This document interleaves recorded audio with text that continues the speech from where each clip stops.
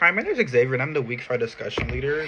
So this week I'm going to talk a little about like racial formations and how it has impacted different societal changes throughout history. So basically, is racial formations they usually refer to the social and cultural and historical process that shape and define the concept of race in a given society. It involves how races are constructed, classified, and understood. The idea is that race is not fixed or a natural category, but rather a dynamic and socially constructed concept that changes over time. In societies, racial formations can be influenced by various factors such as politics, economics, media, and education. These formations contribute to the creation of racial identities, stereotypes, and hierarchies. It's a complex and evolving topic that intersects with the issues of power, privilege, discrimination. If you discriminations. So, for inference, you could take a look at how. So, I know in the reading and it was the first paragraph. It starts out saying that like there was a lot of like a law in 1970 states that which declare anyone with at least 1/30 second Negro blood was considered to be black, which this is something that was like this is I guess it's touched on like the scientific aspect of it because like they used a person's like blood levels and how much blood they had like a certain type and to determine what their race was. But then you can also look at it as they were also categorizing people by like different like fake like features and shit like because like certain races have like different distinct features that are known to them. You can also look at how there was many different type of scientists and also your scientists who was trying to prove scientifically why race is a thing. But then if you also take a look at racial ideology and racial identity, which racial ideology refers to the set of beliefs, attitudes, and values that shape how a society views and interprets the concept of race. It influences how people understand and categorize and interact with individuals based on their perceived racial characteristics. Racial ideologies can be explicit or implicit and may be reflected in the social, political, economic, cultural institutions.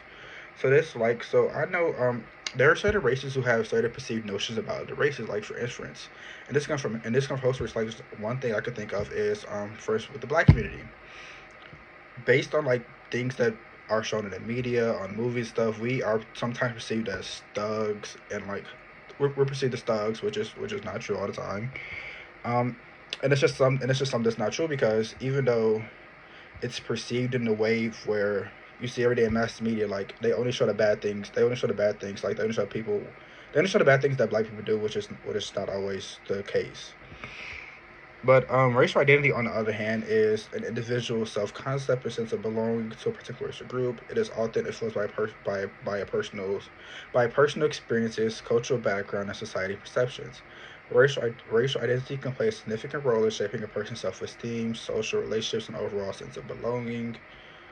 Um, in which this can be seen as your inference.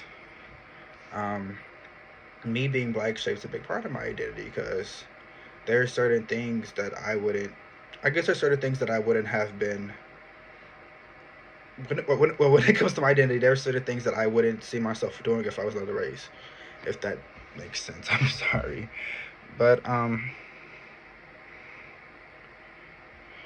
But then you also have to look at the historical development of race within the U.S. and other different countries, because it's like the historic development of race and racialization is a complex and multifaceted process.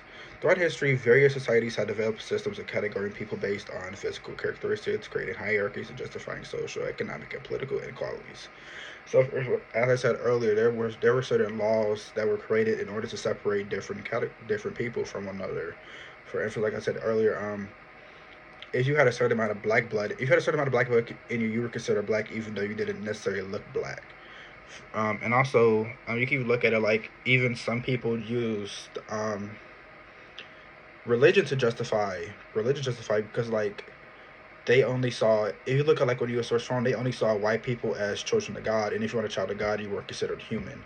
So I feel like that's something to look at. But also you have to look at how a big thing is colonialism and slavery. During slavery, if you wasn't the standard, which was a white person, you were considered lesser than or not even a real person. Like for example, black people were they weren't considered people, but then the white people also want to profit off of them by making certain laws where they can be considered this much as a person, so we can still get like so they can still be considered for what's so they can still be considered as a population of the state.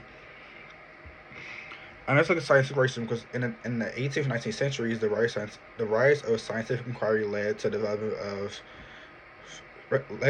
theories attempting to justify racial hierarchies. These theories, collectively known as scientific racism, falsely claim biological differences among races, reinforcing the discriminatory practices. Um, and I know in the movie um it examined the challenges are common sense assumptions that human beings can be bundled into three or four fundamentally different groups according to their physical traits. It also looked at the roots of the race concept in North America in the 19th century, science, science that legitimized it, and how it came to be held so fiercely in the Western imagination. The episode isn't okay. And then also looked at how it uncovers race and how it resides in nature, but in politics, economics, and culture. So that is all I have.